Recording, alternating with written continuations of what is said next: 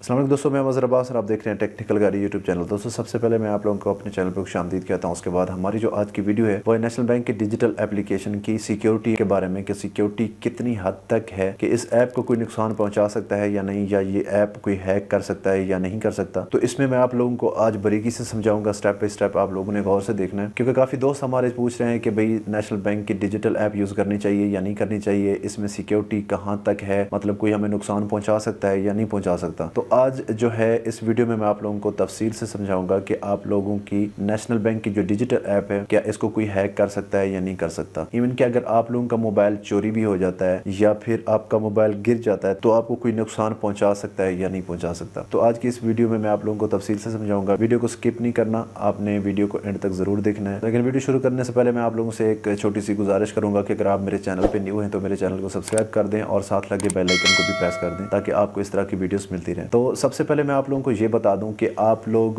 तो बखूबी जानते होंगे, जो लोग यूज़ कर रहे हैं नेशनल बैंक की डिजिटल ऐप को, उनको बखूबी पता होगा कि नेशनल बैंक की जब हम रजिस्ट्रेशन करते हैं तो हमें किन किन मराइल से गुजरना पड़ता है। तो सबसे पहले हमें जो है अपना अकाउंट नंबर दे के अपने आप को वेरिफिकेशन करानी पड़ती है, अपने आप को वेरीफाइड करना पड़ता है कि भाई हम नेशनल बैंक के यूज़र हैं। उसके बाद जो है आपको अपनी कॉन्टैक्ट इन्फो जो है वो देनी पड़ती है, जिसमें ईमेल आ जाता है, फ़ोन नंबर आ जाता है, और उसके बाद आप लोग जाके रजिस्टर करते हैं। तो रजिस्टर करते वक्त आप लोगों को OTP मिलते हैं, वन टाइम पासवर्ड। तो वो वन टाइम पासवर्ड उनको मिलते हैं जिनके पास वो ईमेल चल रहा हो या वो फ़ोन नंबर उस जिसके पास हो उसी को मिलते हैं। अब ये OTP जो होता है वन टाइम पासवर्ड, ये एक आगे जाने के लिए आप लोगों को परमिशन दी जाती है इससे। अगर वो आपके पास है तो ठीक, अगर नहीं है तो आप आगे नहीं जा सकते। ठीक है, मान लेते हैं अब मतलब आपके पास अकाउंट नंबर भी है, ये तो हर बंदे के पास होता है किसी का भी, और उसके बाद आपका CNSE नंबर है वो भी मिल सकता है, यानी कि मुश्किल नहीं है, CNSE नंबर भी मिल सकता है अगर कोई बंदा ढूंढना चाहे तो। मोबाइल नंबर भी मिल सकता है, ईमेल भी पता चल सकती है किसी की भी। लेकिन उसकी एक्सेस जो वो OTP भेजते हैं आप लोगों को, इसलिए भेजते हैं कि OTP जिसके पास जाएगा तो वही मालिक है। तो अगर आपका ईमेल आपके पास है,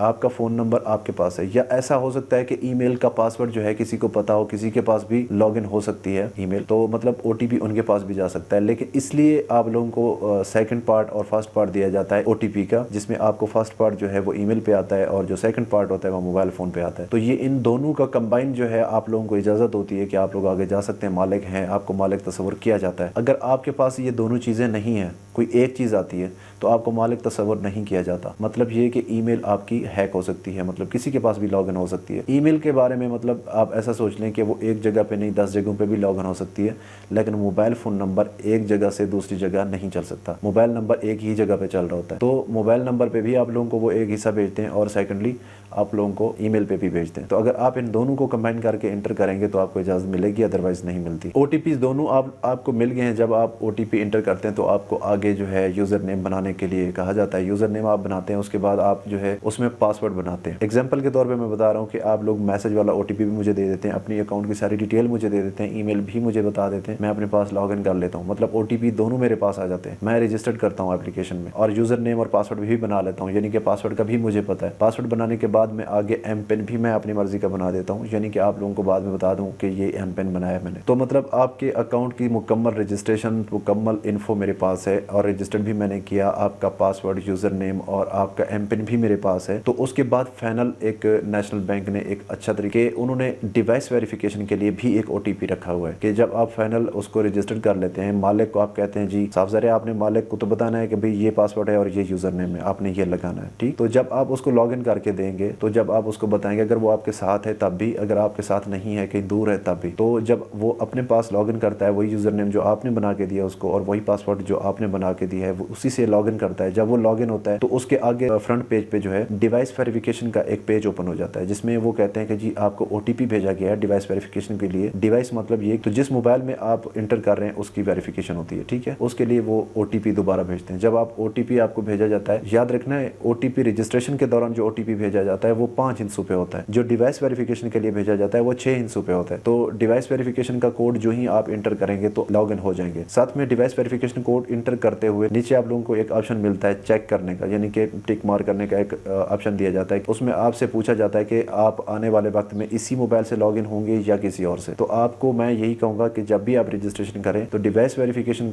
जब करवा रहे होते हैं उस टाइम नीचे जो चेक का ऑप्शन होता है, एक डब्बा बना होता है और उसको आपने लाजमी चेक करना है, यानी कि टिक मार्क करना है, निशान लगाना है और क्लिक करना है उस पर, उसके बाद आपने सबमिट कर देना होता है। अब यहाँ पे आपने सबमिट कर दिया तो उसके बाद मेरे पास था पासवर्ड भी मेरे पास था, यूजर नेम भी मेरे पास था, एमपिन भी मेरे पास था, सब कुछ था मेरे पास, लेकिन मैं उस ऐप में लॉगिन नहीं कर सकता हूँ। ठीक, जब भी मैं लॉगिन करने की कोशिश करूंगा तो जो मालिक होगा उस अकाउंट का उसके पास ओटीपी जाएगा। ठीक, वो ओटीपी मुझे चाहिए होगा अपने मोबाइल में इंटर करने के लिए। अगर वो मुझे ओटीपी मिल जाता है तो मैं लॉगिन कर सकता हूँ, अदरवाइज मैं लॉगिन नहीं कर सकता। चाहे मैंने खुद भी बनाया, मुझे यूजर नेम का भी पता हो, पासवर्ड का भी पता हो, एमपिन का भी पता हो, हर चीज का पता हो, लेकिन फिर भी मैं लॉगिन नहीं कर सकता जब तक मेरे पास वो ओटीपी नहीं आता। सो आप लोगों ने इस चीज को इंश्योर करना है कि आपकी जो ईमेल एड्रेस है वो सिर्फ आपके पास चल रहा है या कहीं और भी लॉगिन है। तो इस चीज को चेक करने के लिए भी मैं वीडियो बनाऊंगा, क्योंकि काफी सारे दोस्त जो हैं ईमेल नहीं बना सकते, जो बनाते हैं उसको रिकवर करना नहीं आता उनको, और अगर बना लेते हैं रिकवर करना भी आता है उनको, लेकिन वो ये चेक नहीं कर सकते कि ये मेरी ईमेल मेरे मोबाइल के अलावा कहाँ कहाँ पे लॉगिन है, और अगर कहीं पे लॉगिन है भी सही तो उसको कैसे लॉग आउट किया जा सकता है। तो ये चीज अवेलेबल है, इंशाल्लाह मैं इस चीज पे भी एक वीडियो बनाऊंगा सेपरेट। आप लोगों को गूगल के बारे में, गूगल अकाउंट यानी ईमेल जो जीमेल आप लोग यूज करते हैं, इसको कैसे क्रिएट किया जा सकता है